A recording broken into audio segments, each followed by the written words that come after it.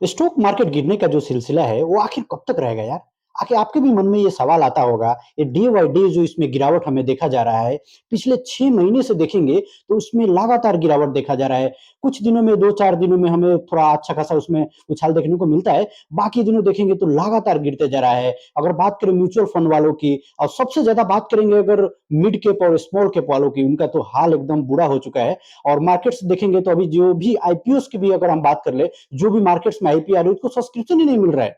और सब्सक्रिप्शन इतना हद तक नहीं मिल रहा है कि उसका ग्रे मार्केट प्रीमियम भी इतना ज्यादा गिर जा रहा है कि वो लिस्टिंग पे ही वो माइनस में चली जा रही है। तो आपको क्या लगता है कि ये मार्केट्स जो है, ये जो गिरने का जो सिलसिला जो चालू हुआ है वो कब तक बंद होगा और क्यों गिर रहा है भाई? कुछ दिन पहले, ये महीना दिन पहले का ये खबर है, और उसमें ये भी कहा गया था कि जो इंडियन मार्केट्स है उसमें अच्छा खासा सुधार देखने को मिलेगा।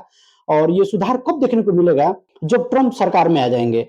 और ट्रंप सरकार में आए, बहुत सारे लोगों ने अपने पोर्टफोलियो को भरना चालू किया। बहुत सारा जो हमारे इन्वेस्टर जो है वो ज्यादातर पैसा लगाना चालू किया कि चलो ट्रंप का सरकार आया और उसमें हमें अच्छा खासा कुछ मार्केट्स में उछाल देखने को मिलेगा। लेकिन विपरीत हुआ, उसका उल्टा हुआ। अभी लगातार गिरते जा रहा है। तो हम इसमें देखने वाले हैं कि क्यों ये मार्केट आखिर ये इतना गिरते जा रहा है और दिन प्रतिदिन ये मार्केट अभी भी गिरते जा रहा है और कब तक गिरते जाएगा। तो इसका कुछ वजह पे हम बात करेंगे।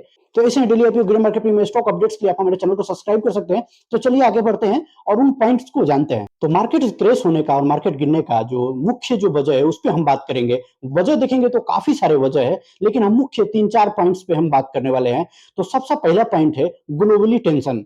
दूसरा पॉइंट पे हम नजर रखेंगे तो वो है इंडियन रुपीज वैल्यू जो है वो लगातार गिरते जा रहा है डॉलर के कंपैरिजन। और तीसरे नंबर पे देखेंगे तो जो फॉरेनर इन्वेस्टर है वो अपना पैसा यहाँ से निकाल के और भागते हुए और जाते हुए दिख रहे हैं। लगातार ये कितने दिनों से यही चलता आ रहा है। और बात करेंगे चौथा कारण, तो चौथा कारण कहीं ना कहीं ये बजट 2025 रहा है।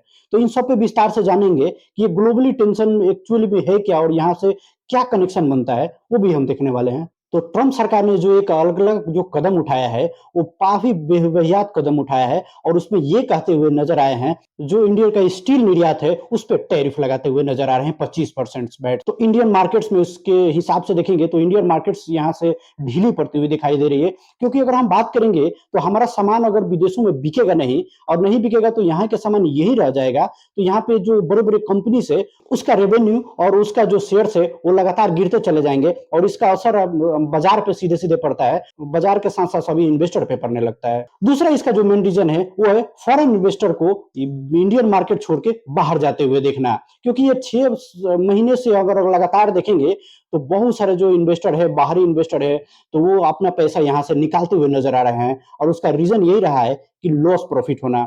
क्योंकि अगर बात करेंगे अभी ये महीने की अगर हम बात करेंगे, अगर फरवरी की बात करेंगे तो ये 10 दिनों में 12,000 करोड़ से भी ज्यादा का जो पैसे है ये इंडियन मार्केट से निकाल के जो फॉरेन इन्वेस्टर है वो बाहर जा चुके हैं।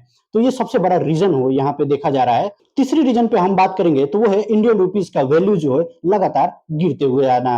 क्योंकि अगर हम बात करेंगे अब भी कंपैरिजन करेंगे डॉलर के मुकाबले, तो लगातार ये महीने दिनों में लगातार ये अपने उच्चली स्तर पे ये पहुंचते हुए यहाँ पे देखा जा रहा है। अगर हम बात करेंगे अभी फिलहाल का, तो फिलहाल में जो है अभी 86.74 पर डॉलर पे अभी कारोबार कर रहा है अपना इंडियन मार्केट्स की, अगर हम इंडियन रुपीज की बात करेंगे। और वही अगर देखेंगे 6 तारीख को, तो ये 6 तारीख को ये शायद ये रिकॉर्ड रहा था और 6 तारीख में 86.74 पे चला गया था। कुछ दिनों के लिए देखेंगे तो ये इतना हाल बुरा हो चुका था रुपीज का।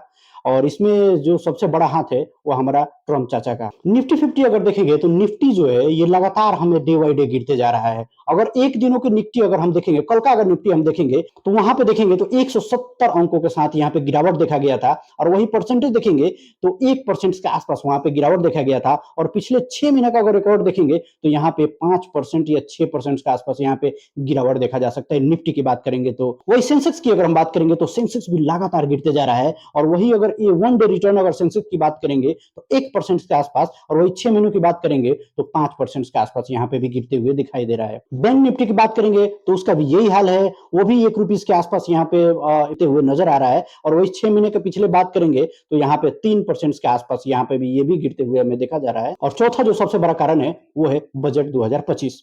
बजट में हमें क्या देखने को मिला था? बजट में सबसे जो पॉपुलर जो चीज रहा था वो हमें देखने को मिला था आम आदमी के लिए 12 लाख तक का जो टैक्स है उस पे छूट दिया गया है। लेकिन बड़े बड़े कंपनीज और उसमें अगर बिजनेसमैन के लिए देखेंगे तो वहां पे बिजनेसमैन के लिए कुछ भी यहाँ पे कुछ राहत देखने को नहीं मिला था और जैसे कि हमें मालूम है कि मार्केट होता है तो बिज़नेसमैन के ऊपर ही मार्केट डिपेंड होता है और यही वो कारण रहा है और सबसे बड़ी वजह रहा है कि ये टैरिफ जो अमेरिका अभी लगाते आ रहा है, तो ये टैरिफ 3 देशों पे लगते हुए देखा गया था। फिलहाल सबसे पहले देखेंगे तो ये कनाडा और मेक्सिको पे लगा था सबसे पहले टैरिफ की बात करेंगे। लेकिन पिछले कुछ दिनों के वहाँ पे स्ट्राइक और पिछले दोनों जगह से टैरिफ को हटा लिया गया है, लेकिन इंडियन मार्केट्स को और इंडियंस के लिए कोई यहाँ पे राहत देखने को अभी तक नहीं मिला है और यही वजह रहा है ये मार्केट्स को कंटिन्यू गिरते रहने का। अगर हम बात करेंगे कि एक इससे हमें छुटकारा कब मिलेगा, इसमें हमें राहत कब मिलेगा, तो इससे जैसे कि एक्सपर्ट की माने तो इसमें 1 महीने से 3 महीने का समय लग सकता है मार्केट्स को स्टेबल होने में, लेकिन ये पूर्ण हम 100% इसमें हम कुछ नहीं बोल सकते हैं और मार्केट्स का जैसे कि रवैया है जो किसी को पता नहीं होता है कब क्या होने वाला है। लेकिन कुछ अगर एक्सपर्ट की मानेंगे तो यहाँ पे कुछ जो यहाँ पे प्रेडिक्शन लगाए जा रहे हैं कि 1 से 3 महीने के अंदर ये जो है स्टेबल देखने को मिल सकता है। तो देखने वाली बात ये होगा कि आने वाले दिनों में मार्केट्स का क्या रवैया होता है और क्या इससे हमें छुटकारा मिलता है या ऐसे ही मार्केट्स कंटिन्यू गिरते चला जाएगा। अगर ऐसा ही हाल रहा तो मार्केट से तो इन्वेस्टर ही गायब हो जाएँगे। तो ये कुछ मुख्य वजह रहा था। अगर वीडियो पसंद आए तो वीडियो को लाइक करें और मिलते हैं नेक्स्ट वीडियो में, तब तक के लिए जय हिंद।